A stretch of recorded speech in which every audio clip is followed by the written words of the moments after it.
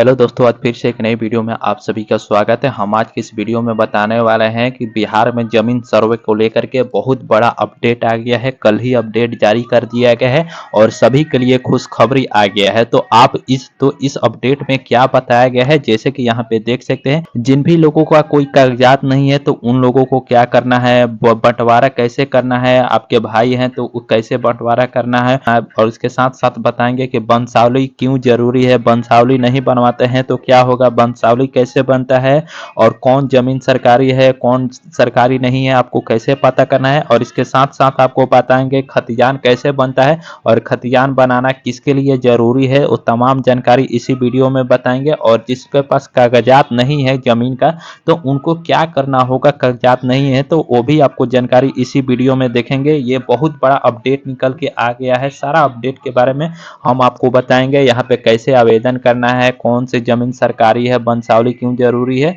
तो चलिए आपको वीडियो स्टार्ट करते हैं। उससे पहले आपको ये वीडियो थोड़ा सा भी अच्छा लगे तो वीडियो को लाइक कर दीजिएगा, और आप हमारे चैनल को सब्सक्राइब नहीं किए हैं तो आप इसे रिक्वेस्ट है कि जरूर सब्सक्राइब करिएगा, क्योंकि यहाँ पे 93% लोगों ने हमारे चैनल को सब्सक्राइब नहीं कर रखा है, सिर्फ देखते हैं लेकिन सब्सक्राइब नहीं करते हैं। तो चलिए अब बात करते हैं। यहाँ पे देख सकते हैं, जिनके पास मृत्यु प्रमाण पत्र नहीं हो तो ऐसे कंडीशन में क्या करना होगा, मौखिक बंटवारा भी मान्य हो जाएगा। उसके बाद बताया गया है कि जमीन सर्वे आप खुद से बनाए वंशावली, आप खुद से भी बना सकते हैं वंशावली प्रमाण पत्र, और दस्तावेज के साथ जमीन की घोषणा करें, और यानी कि जो भी घोषणा प्रमाण पत्र होता है। तो चलिए आपको इसमें और क्या अपडेट बताया गया है, इसी अपडेट को आप अच्छी तरह से सुनिएगा, मेरे बातों को लास्ट तक देखिएगा तभी आपको अच्छे से समझ में आएगा।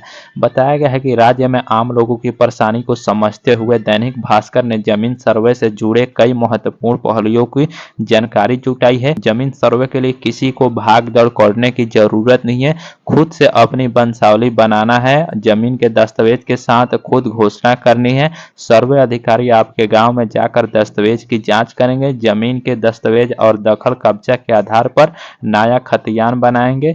जिला बंदोबस्त अधिकारी राजीव रंजन प्रभाकर ने कहा है कि किसी को भागदौड़ करने की जरूरत नहीं है, और खतियान भी क्यों जरूरी है और किनको बनवाना है वो भी आपको बताने वाले हैं।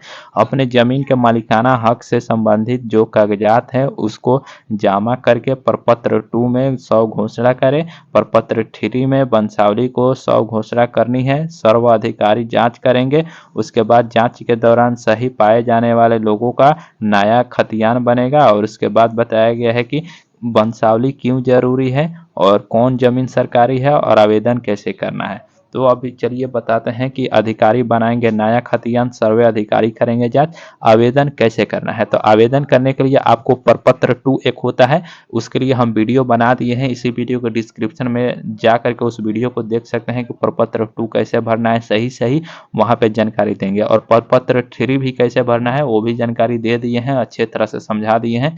इसी वीडियो को लास्ट तक देखिएगा तो हो सकता है उसका भी लिंक देखने को मिल जाएगा, तो उस पर क्लिक करके आप देख सकते हैं। और इस यहाँ पे बताया गया है कि इसको 100 घोषणा कहा जाता है। प्रपत्र 2 में जमीन का दावा और प्रपत्र 3 में पारिवारिक सूची भर देना रहता है। प्रपत्र 3 में आपको वंशावली बनवाना रहता है, जो उसमें पारिवारिक डिटेल्स देना रहता है कि दादा का नाम, फिर दादा के जितने भी लड़के होंगे वो लड़के का नाम, लड़की होगी लड़का का नाम, फिर लड़के का नाम, इतना सारा प्रपत्र 3 में आपको देना है। उस वीडियो में अच्छे तरह से समझा दिए हैं, जाकर के देख सकते हैं।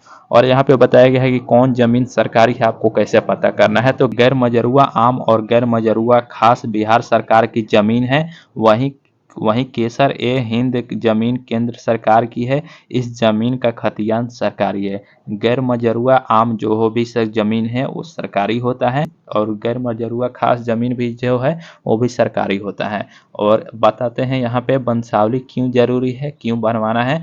तो यहाँ पे देख सकते हैं, वंशावली को पारिवारिक सूची कहते हैं, यानी कि पारिवारिक सूची में आपको अच्छे तरह से समझ में आएगा कि वंशावली जैसे कि ऊपर में दादा का नाम रहेगा, फिर उनके वाइफ का नाम, फिर उनके लड़के होंगे, जितने भी लड़के होंगे लड़के के नाम, फिर वहाँ से लड़के के लड़के होंगे उन लड़का का नाम देना है। ये जैसे कि एक पारिवारिक सीरीज बना देना है, उसी तरह से वंशावली बनाना जरूरी है ताकि सर्वे अधिकारी को अच्छे तरह से समझ में आए। उसके बाद बताया गया है कि इसकी ज़रूरत नाम ट्रांसफ़र के लिए इसको खुद बना कर देनी है। सर्वे अधिकारी गाँव में जाकर जाँच करेंगे। आपको वंशावली आपको खुद बनाना पड़ता है, आप आसानी से बना सकते हैं वीडियो के माध्यम से। और यहाँ पे बताया गया है कि कागज़ात नहीं रहने पर क्या होगा आपके साथ। तो कागज़ात नहीं है तो आपको टेंशन लेने की ज़रूरत नहीं है। बताया गया है कि ज़मीन का दावा करने वाले व्यक्ति के पास ज़मीन का कागज़ात नहीं है अगर, तो ऐसे स्थिति में ज़मीन के चौहद्दीकार के पास दस्तावेज होगा।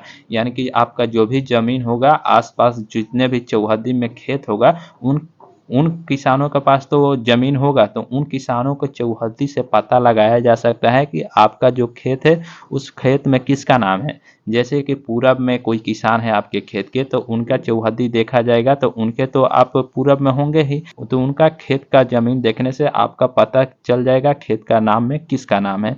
इसी तरह से आप चौहद्दीकार जितने भी लोग होंगे वहाँ पे पता करके आप अपना ज़मीन का नाम पता कर सकते हैं। जैसे कि इस किसान के चौहद्दी में मेरा पूरब में खेत है, तो उस किसान के पास जाएंगे और उसके पास जो भी कागजात होगा तो देख देंगे कि पूरब में मेरा खेत में किसका नाम है। तो इस तरह से आपको पता चल जाएगा कि आपके खेत किसके नाम से हैं।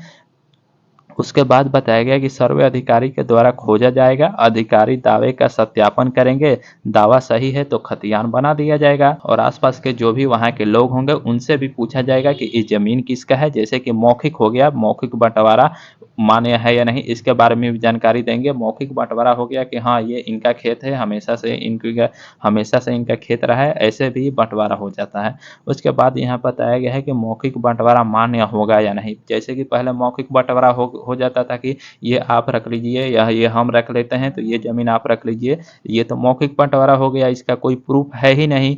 तो उस टाइम आपको बताया जाएगा कि हाँ ये पहले उनका मौखिक बंटवारा हुआ है हम दोनों के बीच में, इनका ज़मीन ये है, इनका ज़मीन ये है। मौखिक बंटवारा सिर्फ मतलब बोलने से हो गया है बंटवारा, उसी को मौखिक बंटवारा कहते हैं।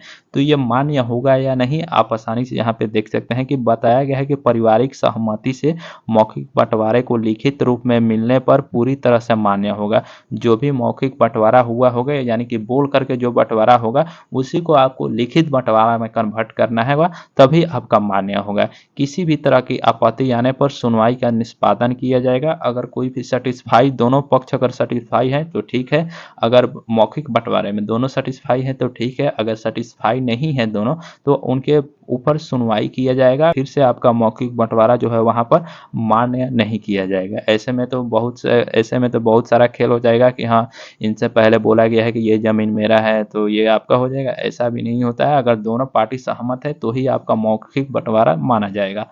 उसके बाद बताया गया कि सर्वे के दौरान जमीन का कागजात नहीं होने पर किसी तरह के गलत कागजात होने आदि प्रकार के मामले की जांच सीओ के माध्यम से होगी। सर्वे अधिकारियों द्वारा सीओ से सत्यापन कराया जाएगा। लोगों को अपने जमीन के लिए घोषणा पत्र नापी के दौरान दखल कब्जा बताना है और किसी प्रकार की गड़बड़ी होने पर 3 बार आपत्ति करने का प्रावधान है। अगर आप किसी भी तरह का गड़बड़ी होता है आपके खेत में तो 3 बार आप आपत्ति यानी कि क्लेम कर सकते हैं कि ये यहाँ पे सही नहीं हो रहा है मेरे साथ। बिहार जमीन सर्वे से हम तमाम जानकारी आपको देते रहेंगे, जो भी नया अपडेट आएगा हर अपडेट के बारे में आपको देंगे। तो प्लीज़ सब्सक्राइब नहीं किए हैं तो आप इसे ज़रूर सब्सक्राइब करें अभी के अभी। यहाँ पे बताया गया है एक्सपर्ट की राय क्या बताया गया है कि सर्वे का मतलब जमीन के मालिकाना का हक और दखल की जानकारी करनी है। पूर्वजों के नाम से चली आ रही जमीन का खतियान वर्तमान व्यक्ति के नाम से होने पर समस्या कम होगी, जमीन का विवाद घटेगा। और इसके चौधरी ने यहाँ पे बताया गया जैसे कि पहले का जमीन जो है बहुत पुराने पुराने पूर्वजों के नाम से होता था, इसमें अभी फिलहाल दिक्कत आता है। तो इसीलिए आपका जमीन सर्वे होना बहुत ज़रूरी है, ताकि जो सर्वे हो जाएगा तो आसपास यानी कि प्रेजेंट में जो भी लोग होंगे उनके नाम से जमीन कर दिया जाएगा।